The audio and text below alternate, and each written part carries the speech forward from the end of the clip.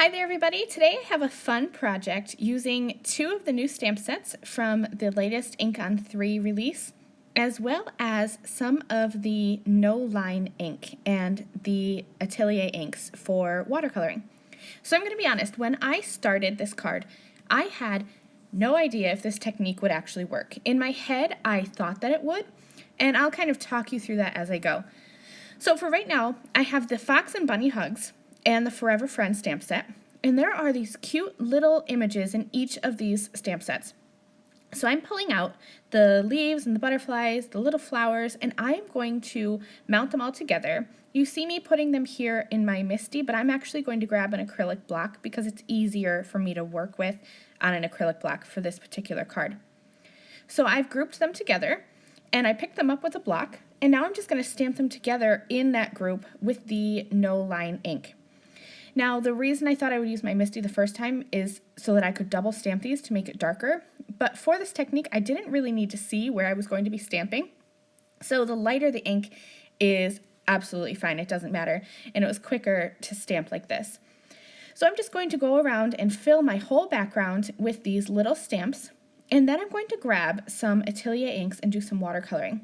Now, when you no-line color with watercolor, what I like to do is just add some color right where the no-line outline is, where the ink is, and that will kind of deepen the color, and then you'll have lighter color where the ink is not stamped.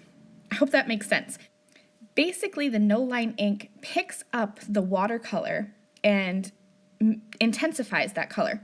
So my idea for the background was, what if I use the Atelier inks to watercolor, and wherever I have stamped those little images, the no-line ink is going to grab and hold on to that color and intensify that color, and I'm kind of going to have that trapped underneath, and then the rest of the background where I haven't stamped is going to be a lighter color. And thankfully, this worked. Like I said when I started, I didn't know if it was going to work. In my head, I thought that it should work, but I just decided to try it. So I smushed down some Maryland Red, Bee Sting Yellow, and Peacock Blue Atelier inks onto my glass work surface, and I'm just going to messy watercolor this background.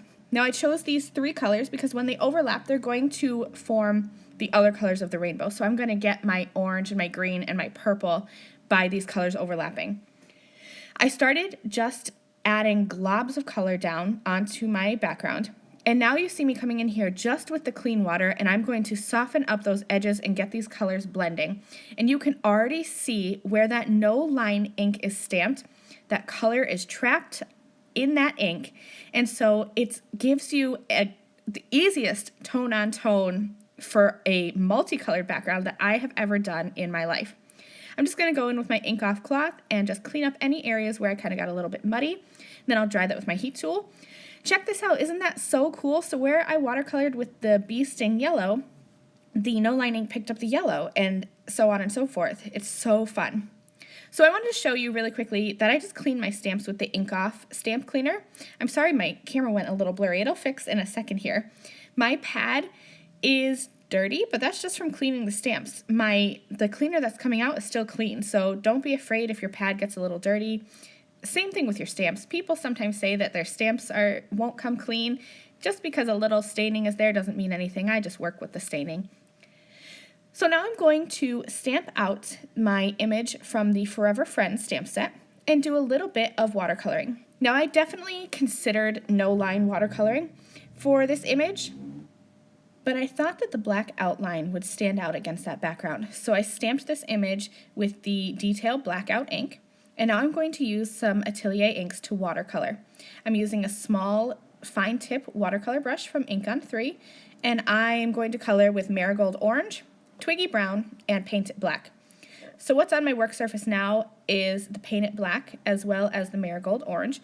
The Paint It Black rather, I'm just picking up the tiniest little bit to kind of get a gray shadow for the face and for the tip of the tail on the fox.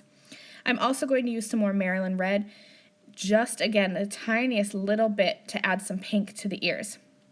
And what I'm doing is just adding some color at the edge of my stamping, almost like what you would do with no-line coloring, And then I'm going to pull that out with clean water. So I have my ink off cloth off to the side. I'm adding color at the edge of the stamp, and then I'm dabbing my color off my brush and just picking up some clean water. In any areas where I thought that it was a little bit too light, I can always go back in with more ink and deepen that color. I like to start off light and then add color. Once I'm done there, I'm just going to cut out that image with my scissors, and I'm going to stamp a sentiment from the Forever Friends stamp set. I love that all of the sentiments are separate, so you can stamp the sentiment that you want. So I decided to stamp the Forever and Friends together. I love this script. I'm using the Detail Blackout ink, and I have just a little die cut stitched shape that I'm going to stamp that on. And then all that's left to do is just assemble the card.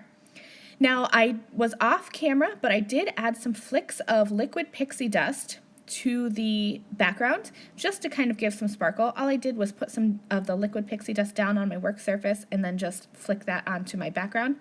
I'm going to come in and cover my image with liquid pixie dust, which I keep in a small fine tip watercolor brush, and that is going to finish off this card. Thank you guys so much for watching. I'll see you again really soon. Bye!